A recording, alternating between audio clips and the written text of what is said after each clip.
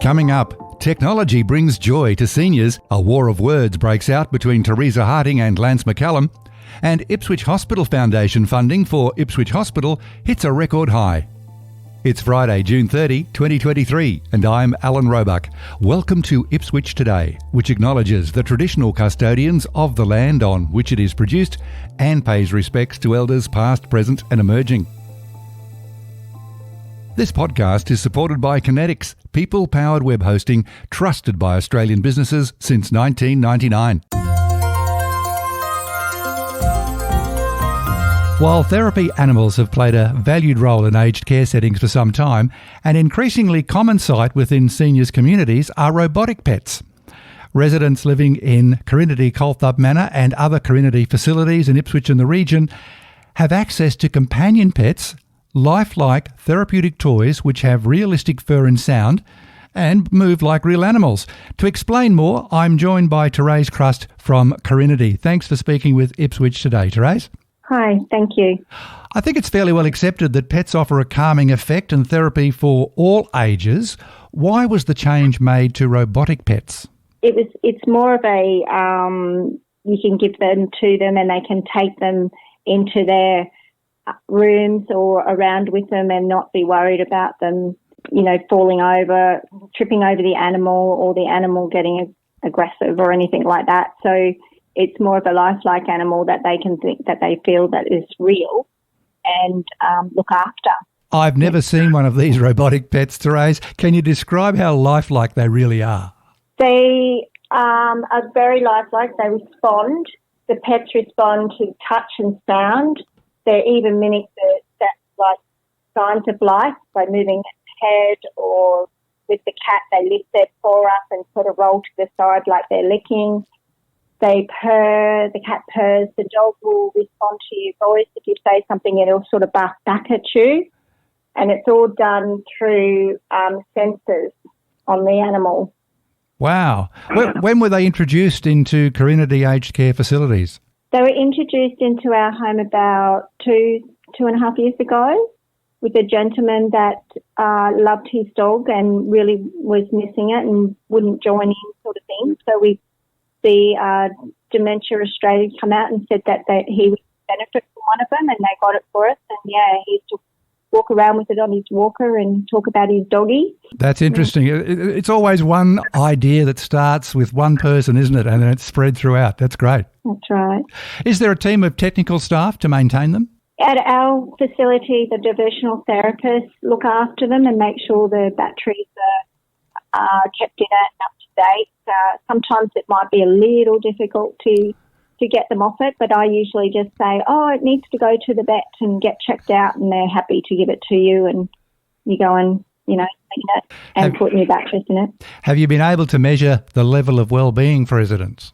We have, by them not just sitting around or being unsociable. They're happy when you walk past them. They'll show you their animal and talk about their animal, so it brings them out of their shell and then just wandering and doing nothing. So especially the ones living with dementia. Leads me to my next question, Teresa, particularly for dementia patients. How are they adapting? They love it. They're really good with it. We've got one lady that has a cat, and she's even knitted a blanket for it.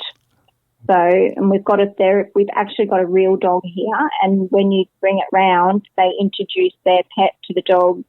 The lady puts her dog on the ground and says, "You can have a look and talk to it," and then we compare notes about the dogs. And these two ladies are living with dementia. That's marvellous. What's the general feedback been like more broadly, even from families of residents? The families are happy. They seem to respond to it very well, and they're happy for them to have it. Because we do confide with them first, obviously, to see if they approve. And they're more than happy, and they see the response of it too, so it makes them feel better as well. One big upside I can think of by having robotic pets is there's no whoopsies inside. That is definitely correct. And we don't have to worry that we didn't feed it, even though we have one lady that feeds hers. Right. That's interesting. Are these high-tech pets becoming a permanent feature? They definitely will be, yes. To raise crust, that is fascinating, and it's lovely to hear technology helping residents of Carinity homes. Thanks for speaking with Ipswich Today. Thank you very much.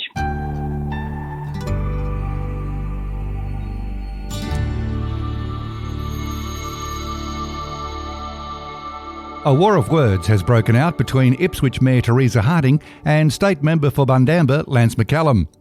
The first volley came from 1 Nicholas Street on June 19, when the Mayor released a statement with the headline, "Ipswich left behind in record spending state budget."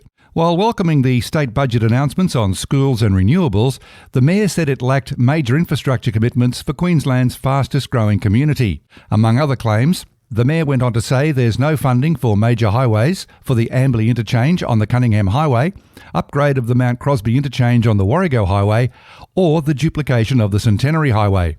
In response, Lance McCallum issued a statement this week saying the council budget adds to the cost of living pressure, saying Ipswich City Council will raise an extra $45.8 million through increases to rates, levies and charges to 25-26.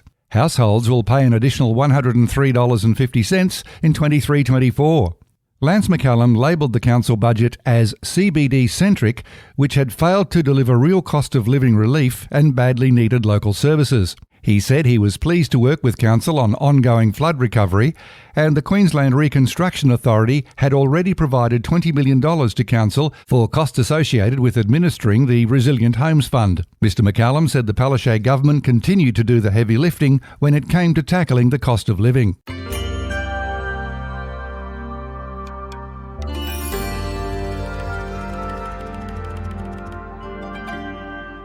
A record of over $485,000 has funded equipment and healthcare initiatives for Westmoreton Health in the past 12 months, with this money coming from Ipswich Hospital Foundation. IHF fundraising initiatives supported vital activities such as through all the region's public hospitals, Ipswich, Gatton, Laidley, Esk and Boonah, through equipment purchases and building upgrades. Mental health activities and scholarships associated with the Queensland Centre for Mental Health Research at Wacol, improvements to patient and carer experiences, scholarships for local cancer care research, and the Ipswich Hospital Special Care Nursery through equipment purchases. Funding was also provided to the Ipswich Hospital Museum, which reopened this month at the hospital's Jubilee building. IHF raises funds with the support of individuals, community groups and companies through appeals, fundraising events, and the sold-out gala dinner in April and through sponsorship. And that's it for this episode. Don't forget to check for handy links in the show notes. Ipswich Today is supported by Kinetics, people-powered web hosting trusted by Australian businesses since 1999. This podcast is also listener-supported. Please make a once-only gift or regular donation to help keep it online. Just go to ipswichtoday.com.au and click the donate button on the homepage to make a payment through PayPal. Follow and stream this podcast from your favourite app, including iHeartRadio and Amazon Music, or play Ipswich Today on smart speakers.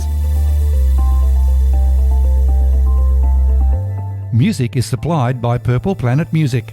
This is Alan Roebuck. Thank you for listening.